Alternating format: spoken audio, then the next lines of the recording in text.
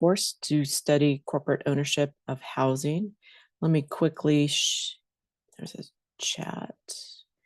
Karen, thank you. We'll hopefully get through a lot of the content by 10:30. So let me share screen just to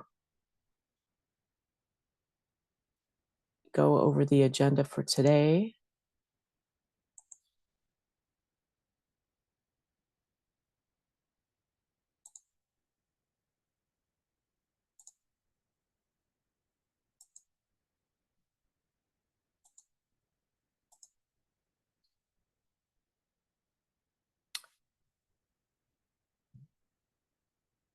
All right, so the plan, oh, what do you guys see? Do you see the agenda? Yep, we sure do. Okay. So the plan is one, to review the agenda and see if there's any additions. Potentially get a brief update from, I think I saw both Jennifer and Phyllis on the meeting, talk a little bit about that if needed, then really start talking maybe a little bit about the next steps and start thinking about how you guys want to develop recommendations and some of the information that we've found in that area. Again, talk about any future speakers that you guys would like so we can get those set up by the November meeting. Potentially talk a little bit about the scope of work for the facilitator that will take on the next kind of round of work. Any comments from you guys, public comments, and then our next meeting is in November on the 20th. We've changed the date a little bit simply because of the Thanksgiving week. So would anybody like to make any adjustments to the agenda?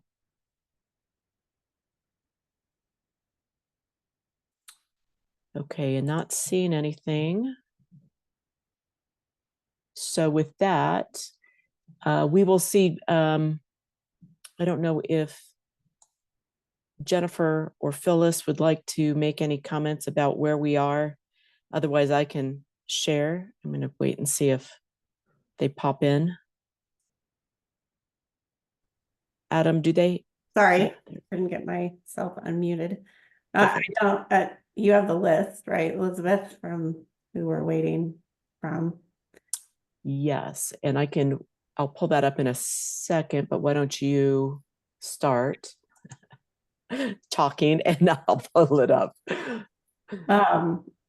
Well, so far we have a number of the county's historical files in hand and have begun just the setup with those particular county files to assemble into a large file for our text analysis processing that precedes any of the other analysis. So we're right now looking at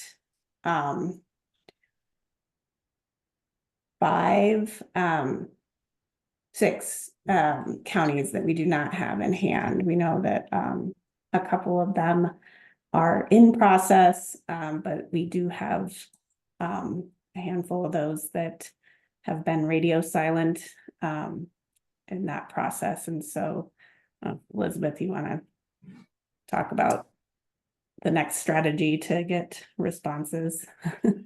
Right. So it's, you know, and I will let you know that Cynthia has been super helpful in starting the process, working with kind of like the Association of County Assessors to get the message out. And I think that initially was very helpful. But we do have some missing and some big missing. So Arapahoe, Douglas, El Paso, Jefferson, Mesa, Pueblo. So only a lot of our big boys out there not responding yet. So Lori, and I think she's on, Lori DeCrow's on another meeting this morning first. She's going to maybe do some follow-up. She is with the DOLA's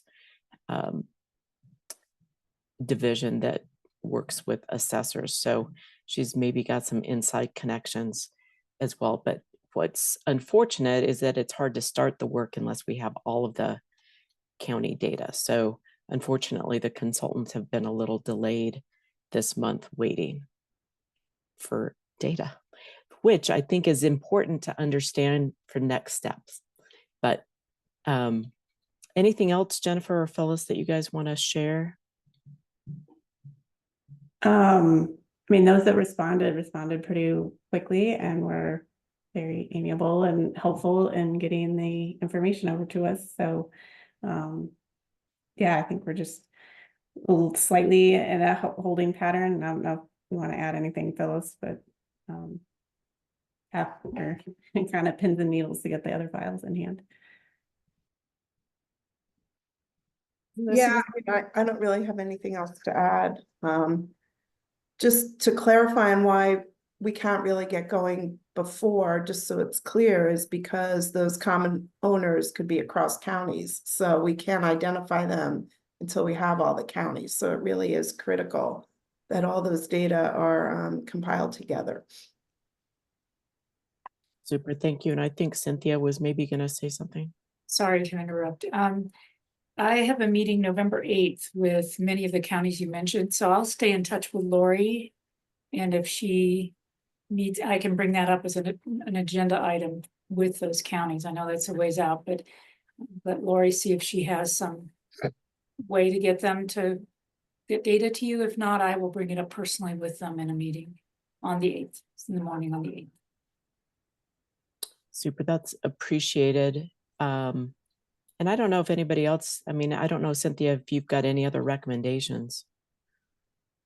No, there's some, some of these counties are in transition, like Jefferson County is switching software, so that might be some of their holdup. I don't know if we could find out who the technical staff are, because the emails went out to the assessors, and sometimes, and I know what my email's like, sometimes things linger in there for a while. I could see if I can get some technical name, some of their data analyst types who might be able to respond quicker. I was surprised, and this is my naivete, at the resistance of sharing the data. Some of the smaller counties would sell their data. They're concerned about just giving their data away. But I don't think these big counties fall into that category. So I can see if I can get some names of some data folks, and maybe that's a way to get it out of the assessor's mailbox into the hands of somebody who can actually pull the data. Right, that's what I was thinking, and that's kind of why I was picking on Lori DeCrow, because she may know, that the analyst level. So yeah, we'll coordinate with you and Lori to see how we can try and get some of this information, because again, it's going to be delaying us with some of that research. So thank you very much, and thank you for all of your help moving that direction. We're going to make it happen. Sorry it's taking so long. But, I think that highlights one of the biggest issues with this work to begin with is data, and getting access to data and understandable data. And, we've talked over the last year regarding, how, the differences with like ownership name versus real entity name. And certainly, when we start looking at recommendations, I think that might fall into part of that group. So does anybody have any questions for the consultants? Otherwise, we'll move on to the next components of the agenda. One other thought, Elizabeth. The state legislative council collects data from the assessors as part of the yearly audit. So all our work is audited. I don't know if they put that in a database or what they do with it. They may also be, and I don't know exactly what. I know they have our sales data. I don't know if that includes ownership or not. So unfortunately, that's like the first path we started a year ago, was trying to use that file. And what's interesting is it doesn't have any of the ownership information. Right. It just has the value, because that's why it's collected, is to look at the value, not the owner. So right. Well, that was our first big disappointment. Yeah. Okay. But thank you for that thought. Anybody with any other questions?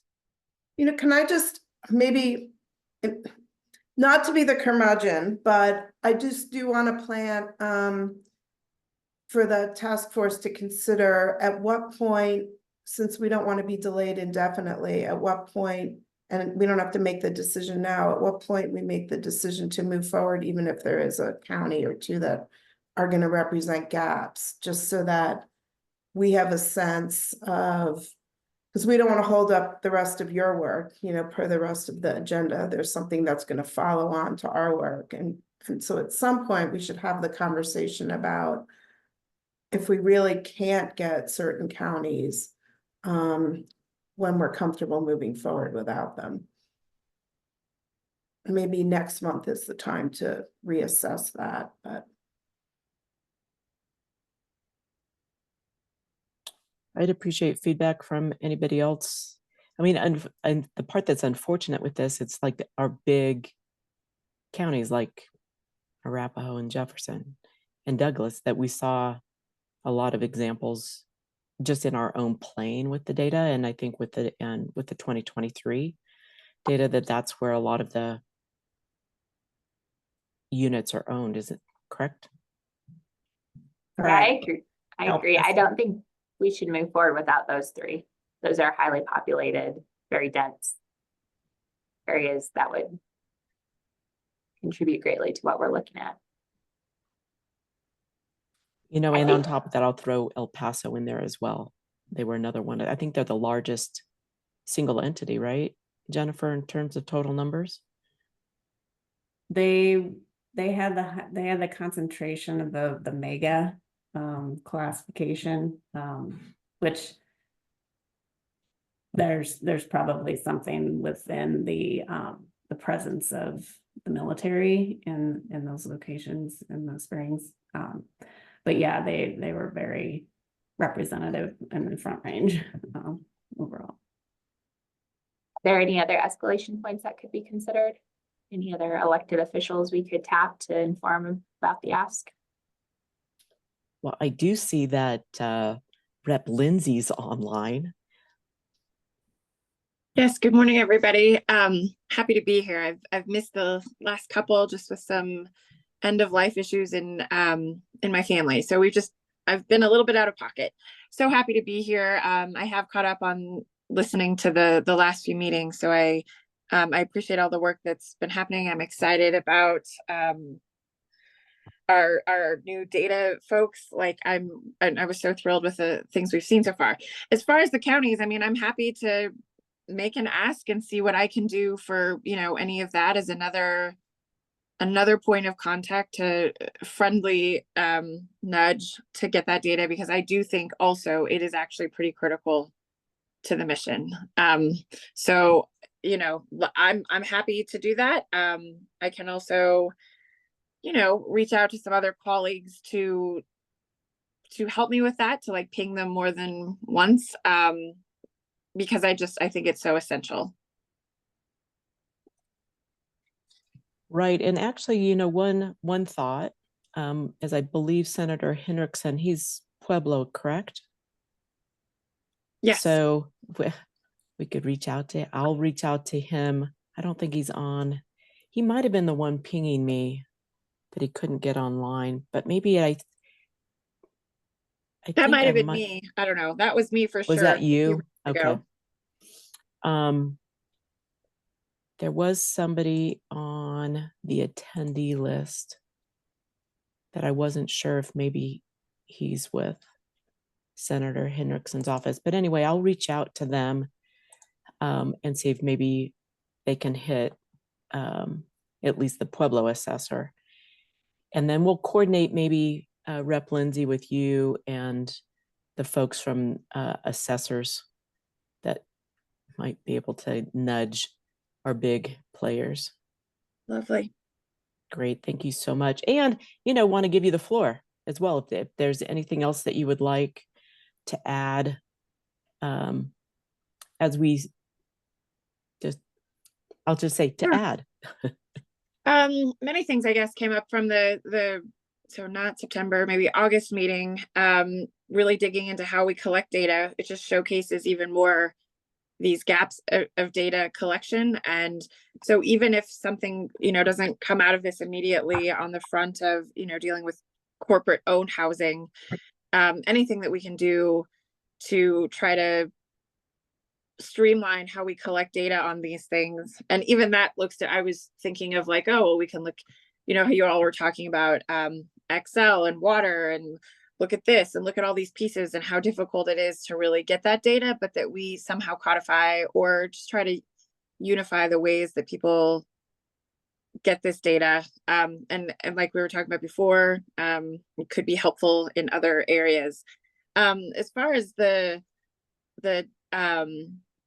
work that's already been done, I was looking at the maps, and I mean, I feel like I understand from what I'm reading that there is perhaps some kind of relationship between communities of color, low income areas where this is popping up more. And that is of interest in me, of trying to dig in to what that, does for those particular areas. Mine is one of them. And some of the initial research that we were able to find in articles from like real estate journals and things like that did pinpoint my area of being, a target for this kind of activity. And so I would like to dig into more of that, like if there's a correlation between these things, how that's working. And also from the very beginning,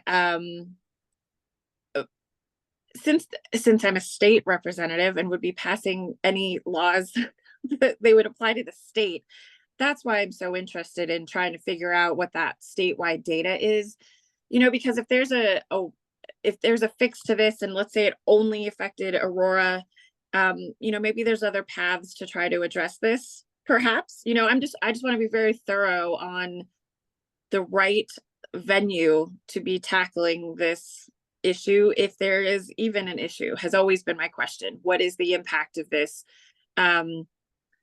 So that's why I do think the state data is clear, only because I don't want to pass a state law. I mean, I'm not opposed to it if it's obviously helping my community, but I just want to be very clear that there aren't other city or county prescriptions that can be more helpful, so that's where I'm coming from after looking and listening to all the things that have been happening the last couple months. Of number one, I'm just so excited about where we're going. And then, that's just kind of my mission. It does happen to impact my community. And I just want to see how it impacts the other parts of the state as we get down to like actual recommendations and things like that. So I'll end there.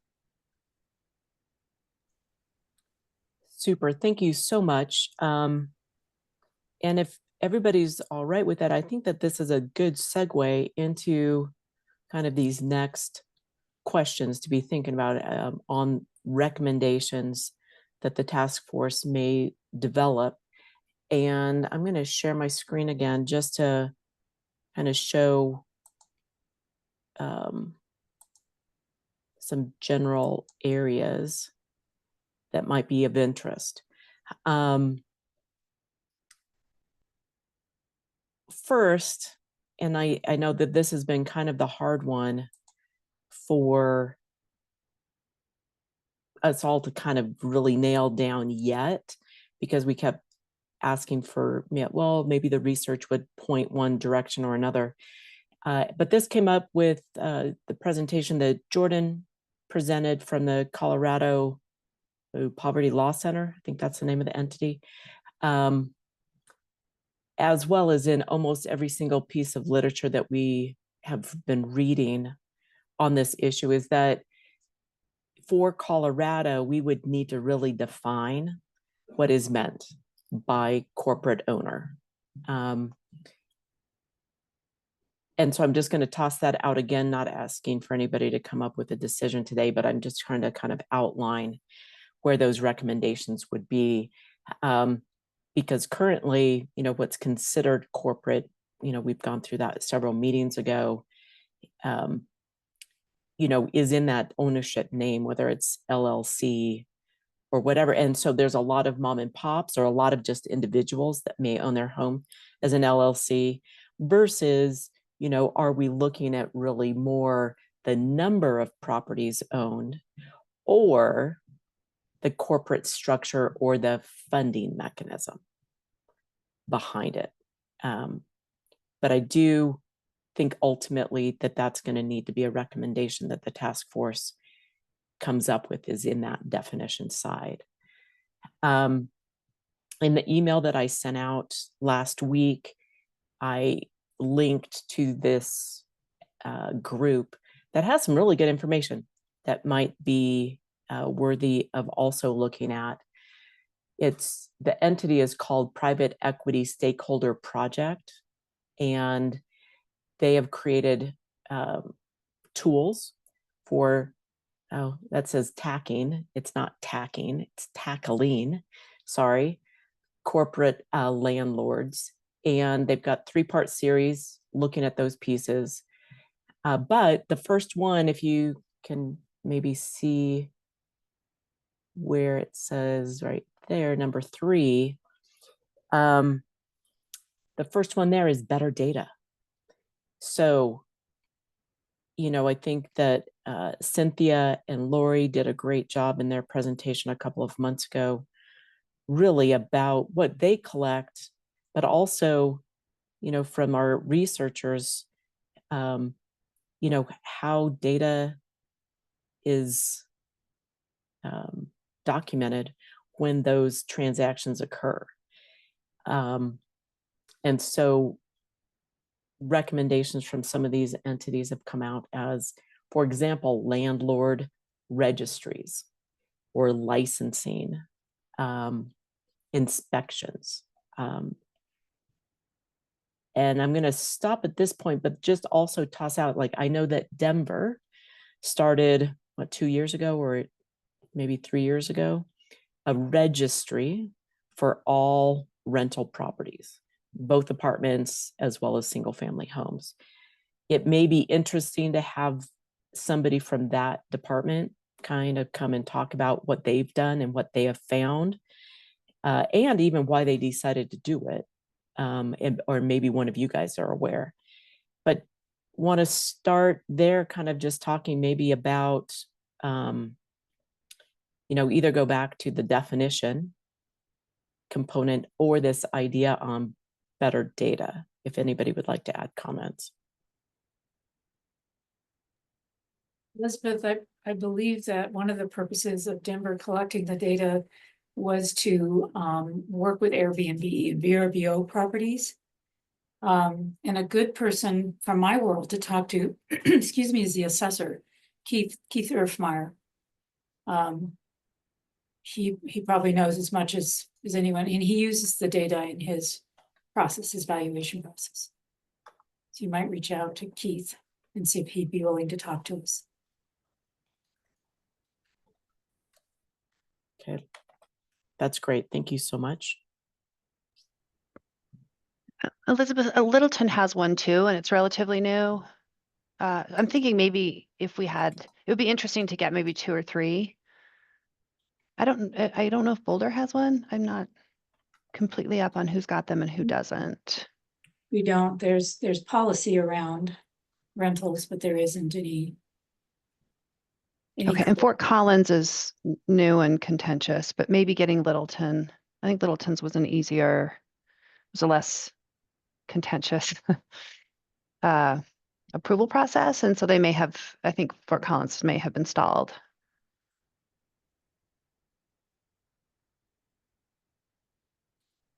Any other comments or thoughts on either one of those 2 issues about the really coming up with the definition and this idea on better data?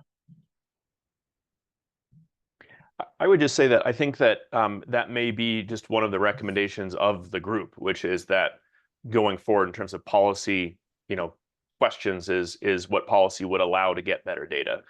So I think that in and of itself would be a valuable discussion and a valuable piece of information to present as part of the report from this task force. Super, thank you.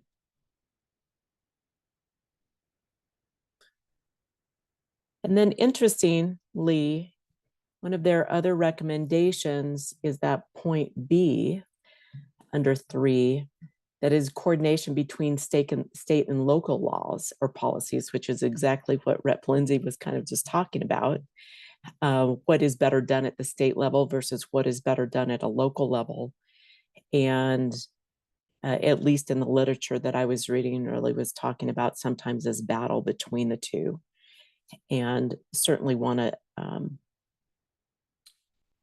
identify potential challenges, you know, if there is a state versus a local or a local versus a state, on what conflicts could come up. I mean, the recommendations that they were talking about is that it's really important to have coordination between the two, which makes a lot of sense, but kind of an interesting other direction.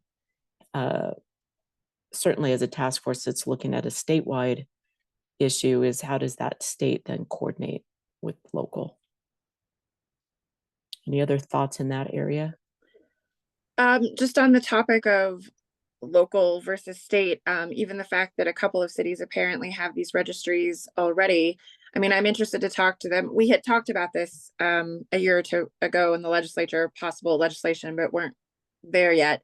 So it would be helpful to talk to them from the perspective of how it's working, how they're collecting all of this information, how many people are participating in it, whether everyone is registering, and also the cost to the cities to stand up these programs, because that's always a factor of, like, let's say I ran a bill that says there's like a statewide landlord registry or whatever.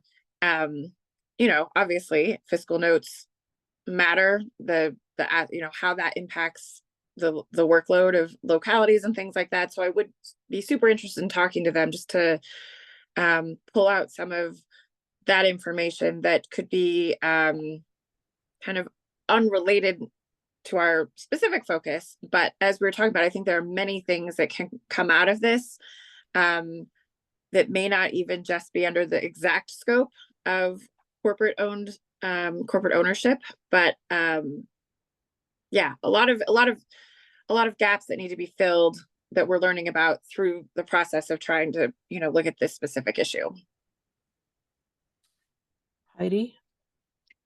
Yeah, on this is a little bit of a tangent, but I think it's important, given what the representative just brought up. There's a part of developing these registries. Some communities try and improve their search engines, like their systems, to be able to identify when particularly affordable units where there's public sector dollars come online. And I'll put in the chat the system that was developed in the Bay Area. It started in the city of San Francisco. It's called Dahlia. And they worked with Google, a company called Exigy, which is like a social justice tech firm, and maybe like their IT department within the city, to develop and build out this thing. And Bay Area communities are starting to use it, and they're Detroit's building it out right now. So I do think there's sort of a broader benefit sometimes, and sort of, just thinking beyond the kind of regulatory and maybe, big brother aspect of licensing. If you have that data and you can, or that system, and you can calibrate it such that you're making that search process to be able to find housing when it comes available easier for folks, there's definitely a side benefit. So I'll put that chat, just wanted to let you know I'll put the link in the chat right now so y'all can look at it. But I think that would be maybe an interesting idea to at least make people aware of too, if there's some side benefits there. Yeah, no, great. Thank you, Heidi. Yeah, I'd heard about them before in dealing with, like, actually the state demographer in California, when they were talking about how to actually just count housing units. So it gets bigger than just trying to the registry component, but just even understanding the total number of units that you have. Cynthia, it looks like you've got a question or a comment, and then Frankie. Yes, I misspoke, and the city of Boulder does have a registry. I'm aware of the accounts that are part of that registry because they pay a fee. So that fee comes through my office to the county treasurer for collection. And I believe Boulder County is working on something, but I haven't followed up with them to see what they're doing. And I had another thought. And it may not have all the data that you're looking for, but the State of Colorado Senior Deferral Program reached out to counties asking for the tax roll. So they want our tax roll right as we deliver it to the county treasurer, and they use that to help seniors get tax deferrals. But I'm not sure if it has both mailing and situs address, but that might be another source, that department or that program, maybe a source of data. So say it one more time. It's the State of Colorado Senior Tax Deferral Program. So that's like for the homestead exemption. Right, right. Well, it's actually to defer your taxes. It's year over year. You can basically take a small loan out from the state to pay your taxes on a year that you can't pay it. And then you can pay it back, or it can be paid off when your property sells. But they keep a big database so that they can, they know who is applying and whether or not they qualify. Super, thank you. Frankie? I just had a couple of comments based on what you're displaying here and some of the things that have been said. I appreciate also what Rep. Lindsay said about whether this is a local or state issue, and just thinking back to some of the maps that we looked at. And then again, the importance of getting the larger counties data. There were wide variances, right, in the type of ownership in our various categories across the state. So I think that's something just for us not to lose sight of and jump ahead on making assumptions until we actually get the data and analysis completed back. And then secondly, for general areas of recommendation, just really for the task force to define, and I don't think we know the answer yet about what problem we are trying to solve. I think originally a lot of the discussion was around whether corporate home ownership created less opportunity for individual home ownership, right? If it took units off the market. We've also talked a lot in recent months about just tenant experience, potentially increased rental rates depending on the ownership type. So I feel like before we can go to our recommendations, we just want to again clearly define what we think, what the data shows the problem is that any recommendations would try to solve. And I don't know how the rest of the task force members feel, but I don't feel like I'm clear on that part yet.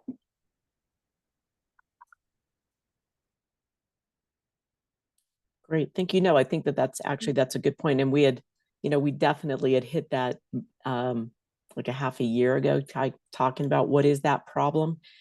And kind of like the purpose of this was almost just to start thinking about ideas, because we didn't have really a topic for today. But I agree 100% that recommendations need to be applied to a problem. But I do think the data side easily could be one of the problems for sure. And I was thinking, I appreciated the additional articles that were posted, and I was reading the one about just everything that's been proposed around the country and what's kind of worked and hasn't worked. And then there's the new law that went into effect here in Colorado, I think in July, where multifamily properties, the local municipalities have to have the first right of refusal. And I think there's unintended consequences to that, but also I don't think it's built in a way where it's actually happening right now.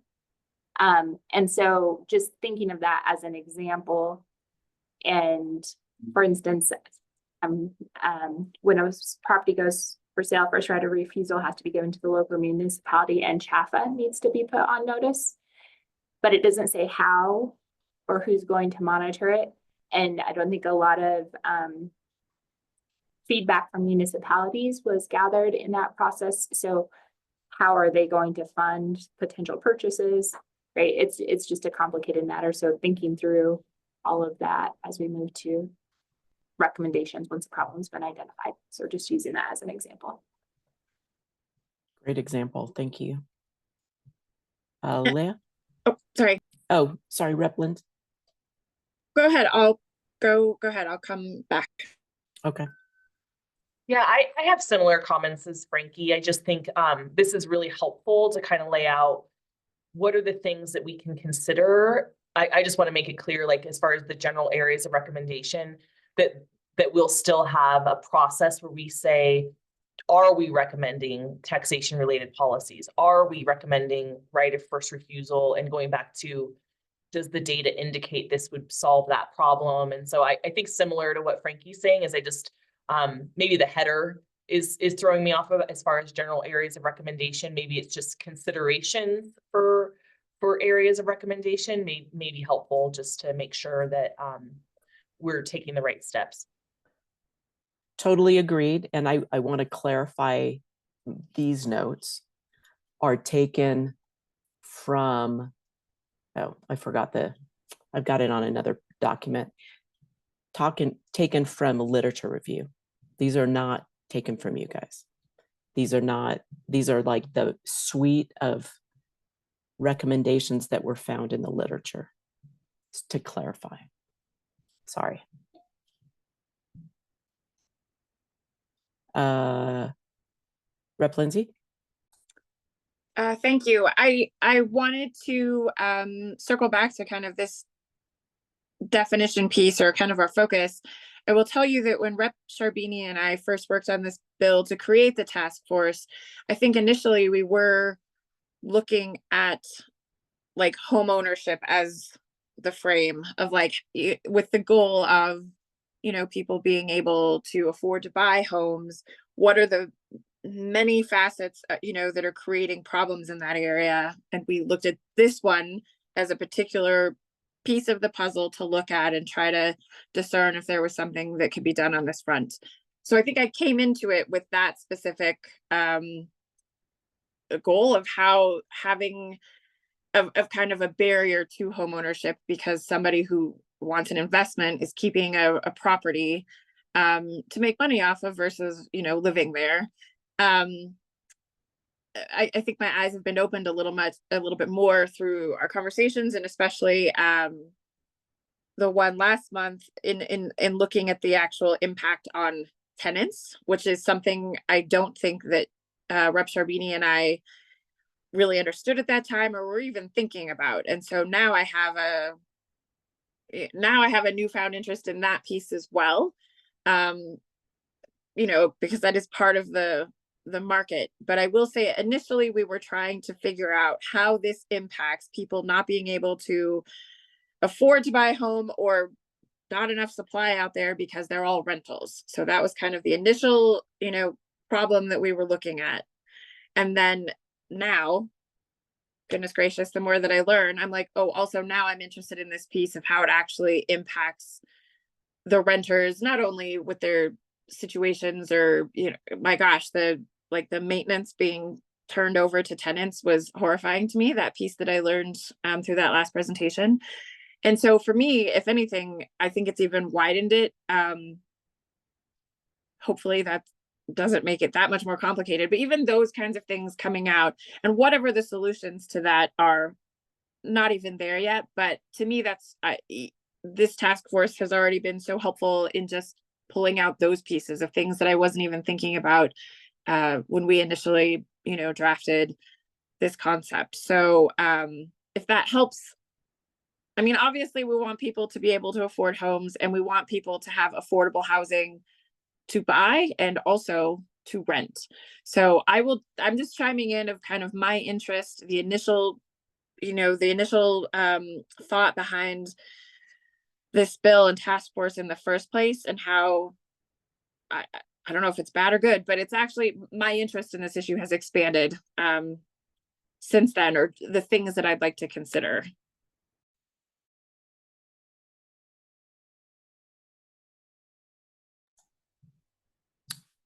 Leah?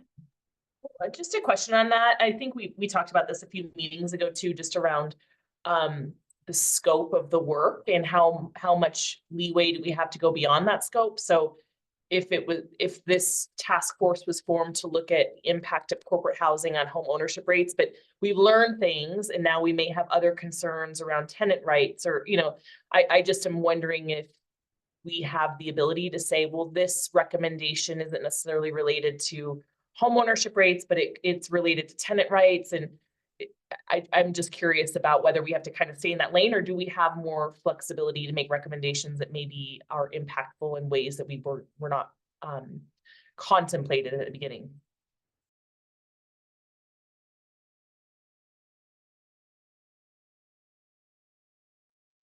I mean, I'll second that question. I'm curious as to what we think, what kind of bandwidth we have as this task force, because there are things that can come out of this that don't, if just because we learn about it here, or it sparks something to be thinking about.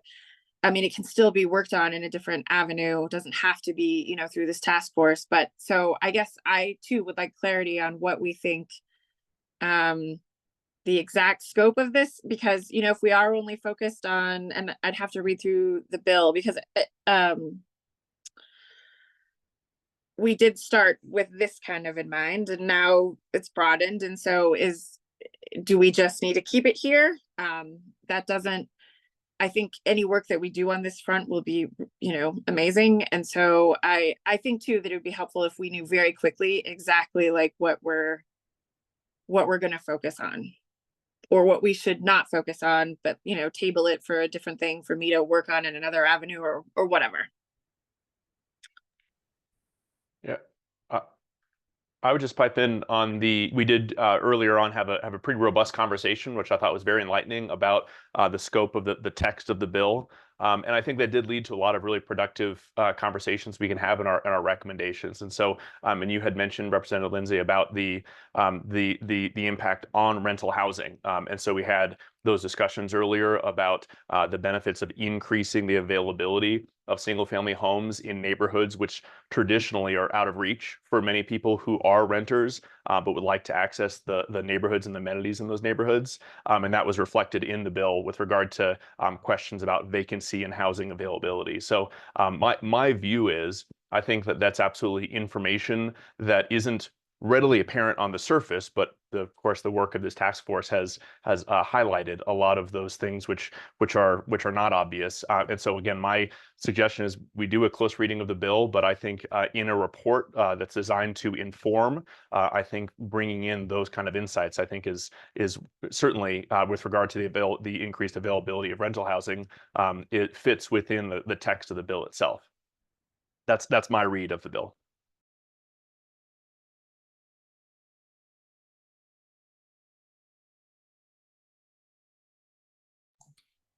Any other thoughts from folks?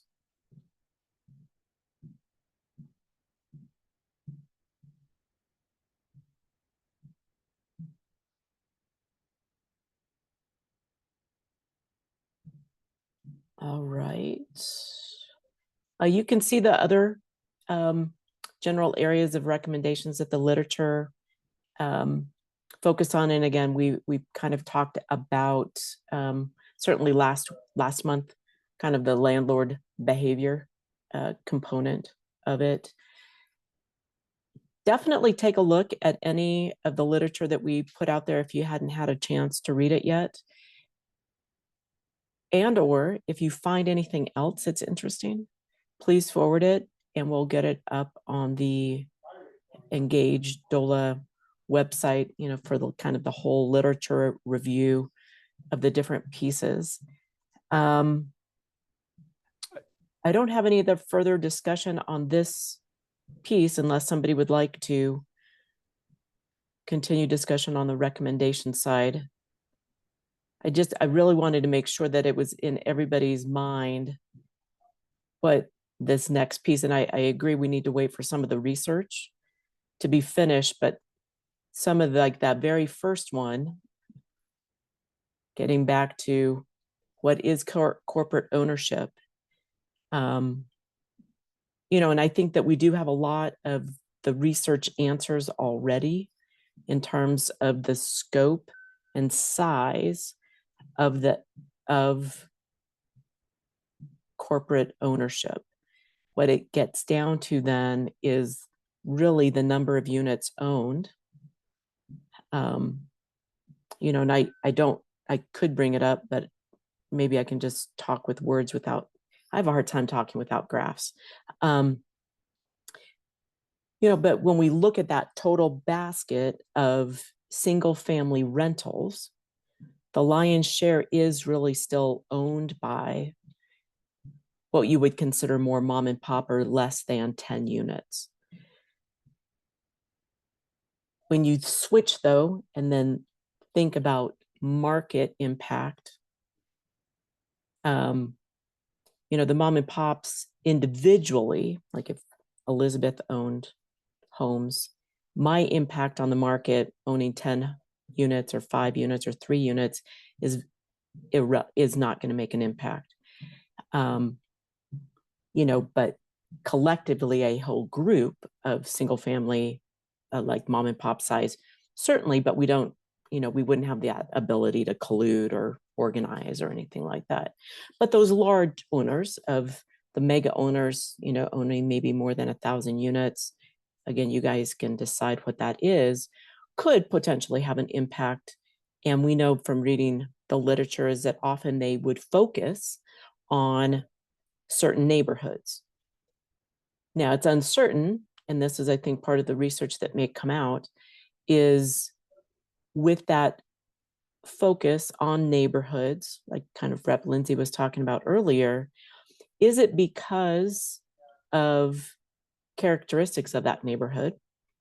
Or is it because of the price point of that neighborhood? Or is it because it's easier for one of these corporate landlords to try and manage units in a certain geography rather than spread all over the place? At least some of the research we were looking at indicated that they were definitely targeting like zip codes for management purposes as well. So there's 2 sides, 3 sides, 4 sides that focus could be on.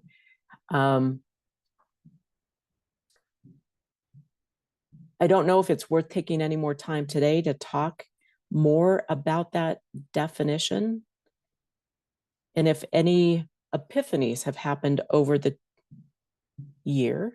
We're at our year mark almost, on what that definition may be, how you want to move forward on defining. Teo? So I want to thank you for that, pointing that out, and I'll piggyback on something Frankie has said at multiple points during this year, which I always find refreshing and helpful. Which is, you know, the question is, to what extent do you really care who the owner is? The question is, what's the behavior? And that's the thing. You know, if a mom and pop property owner is not doing what they should be doing for their tenants, to me, that's as much of an issue as if a corporate property owner is not adhering to Colorado's laws with regard to, you know, habitability and maintenance. And so the question is, you know, is what's the real issue here? What's the real problem that we're looking at? And I would just use as an example the information we're looking at in the presentation we heard at the end of last month's session, which again talked about a lot of issues that tenants encounter. And the question is it problematic that they're encountering those issues because of the property owner, or is it just the issues themselves? I would just remind everyone about the presentation we had from Flock, which noted that when they come in to purchase single-family homes, they frequently have to do a lot of capital improvements into the homes because the maintenance of the property was not that was, you know, formerly owned by a mom and pop owner, was not up to their standard. And so what I'm pointing out here is that there's it's not a clear-cut story as to whether or not it's a bad behavior, or that corporate ownership is an automatic indicator of bad behavior, or that mom and pop ownership is not an indicator of bad behavior. I think it's the behavior, to me, is what is the focus for me anyway. It's the impact on the residents, not so much who happens to own the unit. And I think that we have to be careful about putting in place a mechanism which tries to solve, you know, real problems, but does so through what I would refer to as kind of an arbitrary mechanism. And as I said, that's a concern of mine. As you also mentioned, Elizabeth, I think it's also worth noting in terms of our definitions questions, the true question of what market impact is there, and to what extent is there, you know, any kind of market distortion that's going on as a result of this. We've seen that at least the last presentation was looking at was something in the order of, you know, 2 to 5% of single family homes are in this group that we're studying. We're talking about corporate owned single family homes, and the question is, to what extent does the data suggest that there is actual market impact of that. That is to say that the market is doing something other than what we would ordinarily expect it to do. And so, you know, if we come to a place where there's 100% corporate ownership or 100% any kind of ownership, you know, that might be something that is a significant, that could create, you know, market distortions. I'm not clear that we've seen that yet. And so I think that's where, again, continuing to look in the data to see if there is an impact from this thing that we're trying to study, if there is an impact that we can draw directly to that. I'm not clear we've gotten there yet, but I think that that should be ingrained in the question so that we're spending our time and of course the resources of this group, and more importantly the resources of the state, to make sure that the real problems that people are experiencing are being addressed. Super, I appreciate that. Teo, any other comments before we move on? All right, so the next question for you guys is there any additional future speakers that you would like to hear from? I still have Lincoln Institute. And they've, again, I think I linked to their tool and we've talked about it before. They don't have any additional research to share with us at this meeting. They may at the maybe November or December. So I'm staying in touch with them. They're kind of where we are in terms of playing with data. They're much further because they're covering a ton of states and we're just working on Colorado. But they don't have any additional information or any information to share at this point. But I would, you know, if you're interested in the work they're doing, I mean, basically they're trying to create almost a national registry of who owns property. And so they're really involved with the data piece and the data side of things and understanding what are, you know, some benefits, drawbacks, what are some flaws, what are some even recommendations that they may have in that area. I have the thought of, you know, looking at the Denver rental registry and now maybe Littleton, and maybe we'll follow up with Cynthia on a contact for the Boulder one, just again, see how they work, benefits, drawbacks, challenges, all of those things. What else do you guys want? What would be helpful?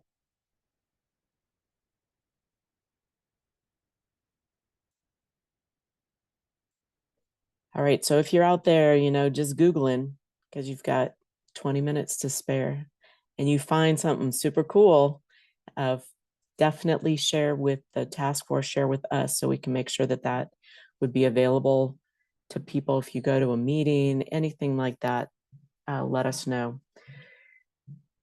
The next piece is really to start talking about this next scope of work for kind of designing recommendations. I think the hope is that by the end of December, the research will be done by the consulting group with some findings for you guys to be working on.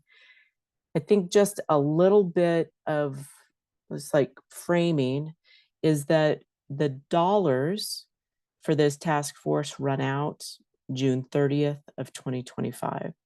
So any scope of work and research and write-up recommendations, all of that, even though the task force recommendations are due by October, my recommendation is that they be done by June 30th, because that's when any consulting dollars would run out. Any feedback, thoughts on that piece? And then now looking for any list of names that when we put this together for this scope, to do this kind of basically taking you guys through this next process of creating recommendations, getting community input. So I'm sure there's going to be some meetings, general meetings to get feedback on recommendations. Taking the research, we've put together kind of a lit review and a summary of what's been done this last year that we'll get out to you guys this next month. It'll take all of that information, combine that with the research that the consultants are doing, and create a nice, pretty report for you guys. That's what we're looking for as a person that would do that work. So if you've got any contacts, you can share them now, or you can shoot me an email.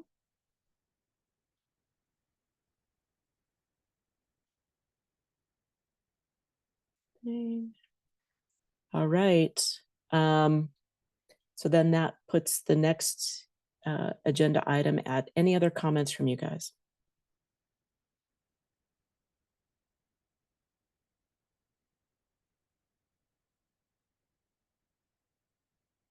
All right. I'll just throw a comment out there for the group, because we're dealing with housing and people. The State Demography Summit is this Friday.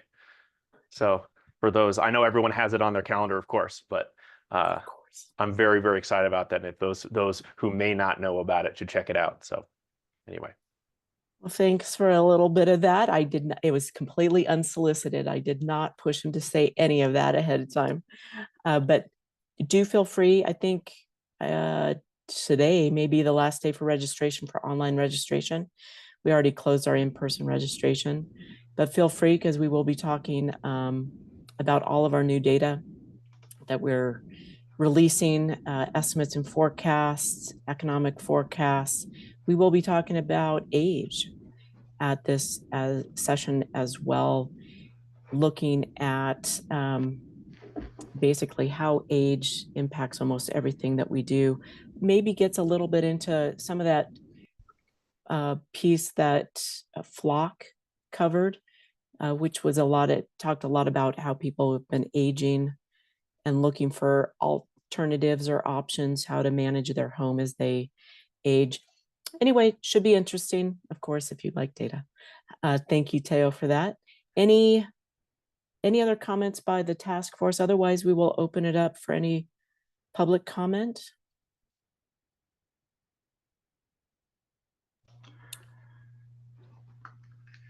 All right, so Adam, let's open it up for public comment, see if there's anything.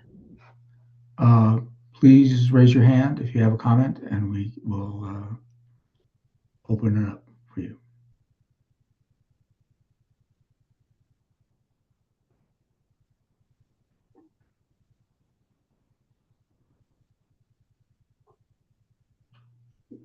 Doesn't look like it. All right, we'll open it, keep it open for another minute.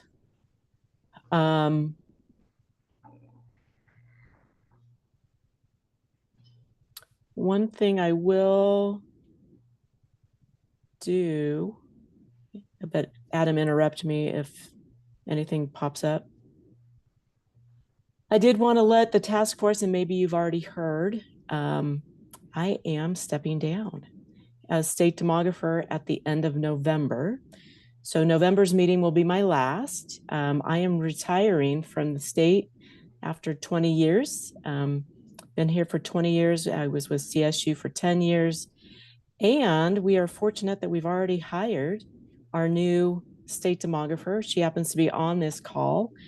I will introduce Kate Watkins, and she's available, and she's been kind of, she'll start, I think, officially on the 4th of November, and she's been kind of already digging in and finding out everything that we're involved with. So I let her know that we were having this meeting today so that she could start getting her feet wet and understanding what this group has been working on.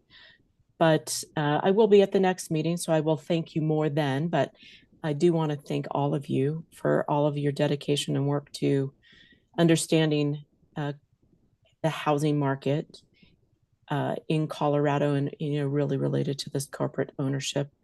I appreciated all of your thoughtfulness and how easy it's been to work with you guys. So you're not done with me quite yet, but you will soon. All right, anything else from anybody? Adam, nothing? Nothing, thank you. All right, well, I want to thank you guys. Happy end of October. Finally, I think we get a day that it looks like October. which is, I don't know if you guys, I'm a fan of winter, so I'm excited when it starts getting this way. So I'm excited. Except for that it's so dark. Still not The getting used to it. the early days is getting tough. That's Yeah. a hard one. But It is a hard, I the think we seasons don't, go. we fall back this weekend, don't we? So at least we get a smidge more light early, but then it's super dark early. All right, well, happy end of October, and we'll talk to you guys next month. And feel free to reach out with any suggestions, both literature as well as potential contractors. Thanks. Bye-bye. Everyone. Thank you, everyone. Good to meet you, Kate.